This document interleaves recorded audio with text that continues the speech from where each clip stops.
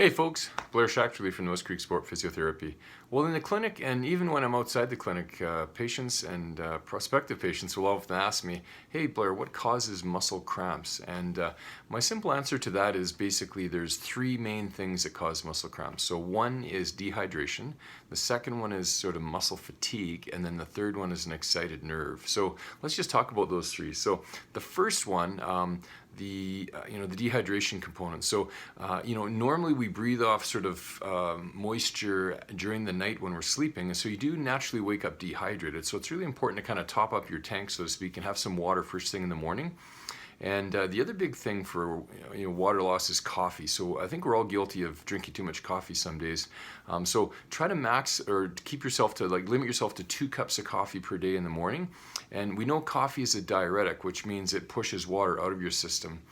The other thing coffee does, which now has been picked up, is it pushes calcium out of your system. So coffee is very acidic in nature, and so your body's trying to maintain a certain pH balance within it. And when it starts to get acidic with coffee intake, the first thing the body does is it starts to sacrifice their bones, and it pushes calcium out of our system to balance that pH again. So very important to be careful with the amount of coffee you're drinking. Another interesting fact with fatigue prevention is that that yawn that you'll have kind of in the morning where you're like,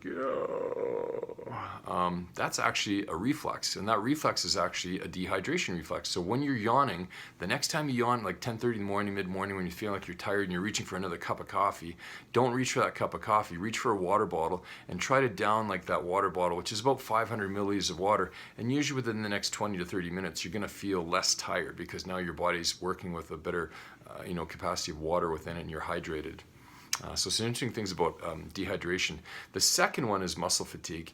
When a muscle basically is done and it can't take anymore, when you push that muscle to contract, it's often going to go into what we call a cramp response.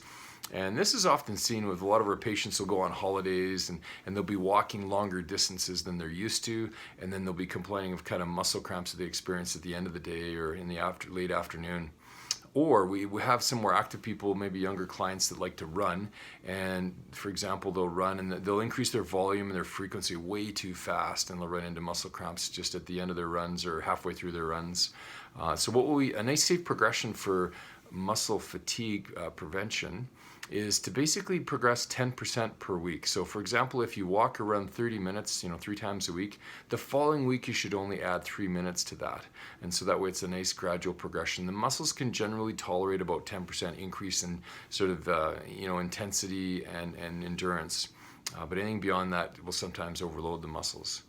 And the third thing, again, number 3, is that excited nerve. So when you pinch a nerve, what often happens is the nerve is attached to a muscle. So it's sending a message down the nerve, like an electrical cord, to that muscle, and it's causing that muscle to tighten.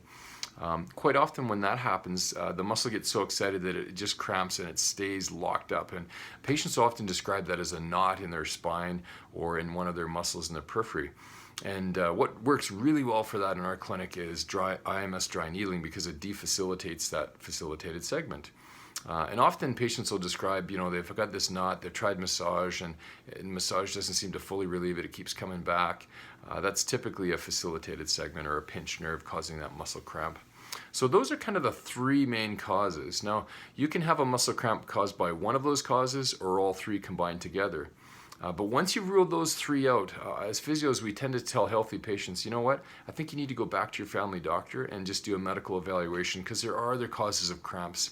But like I say, those are the 3 most common ones that we see for healthy people in our office. All right, so 3 ways to avoid those. Well, number 1, obviously, is hydration. So drink lots of water, in the morning and throughout the day, and especially in the summer, if you're working or playing outside, you want to keep hydrated.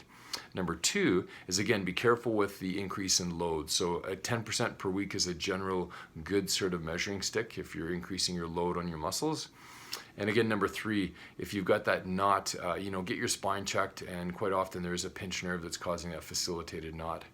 All right, so those are your 3 ways to solve and prevent those 3 causes of muscle cramps. I hope that makes you cramp free in the next future weeks ahead. And again, my name is Blair Schachterly on behalf of Nose Creek Sport Physiotherapy, where we get you moving faster and feeling better. So until next time, take care, guys, and I hope you're cramp free. Bye-bye.